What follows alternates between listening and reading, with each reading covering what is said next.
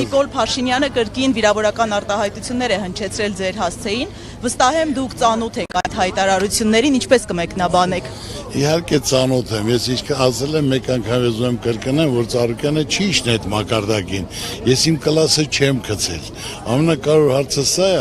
այսօր հիմնական հարցը, որ երկրի ղեկավարը ասելու բան չունի ժողովրդին, 8 տարի սուտ ասը, խապել է բոլորիս, ինչ որ ասել է հակառակ է եղել ու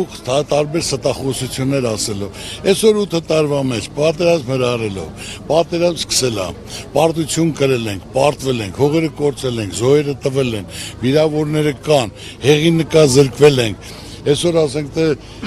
մեր գերիները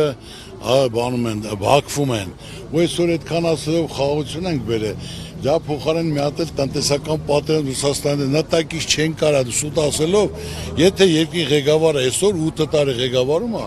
ժողովրդին պետք է ծրագիրն ասի, այսօր հիմնական ինքը ասենք դե նյարդային վիճակում է, որտեղ Ծառուկյանը տեղին ասում է, խնդիրը, հարցը, դրա լուծումը ոնց պետք է լինի ժողովուրդը, որ այդ խնդիրն ու խնդրեմ ունի տարբեր ոլորտներում, դե թող ինքն էլ ասի, ես ասում եմ այսօր սաղ վարկի տակ են, որ պետք է քայլ կատարվի հենց առաջերտին, ներում շնորհի մարդիկ այդ ճայթից դուրս գան, առողջապահությունը եւ կրթությունը անվճար լինի, ասում եմ, որ դա անհրաժեշտ է այսօր մեր երկրին, իսկ ինքը բռնեմ, փագեմ,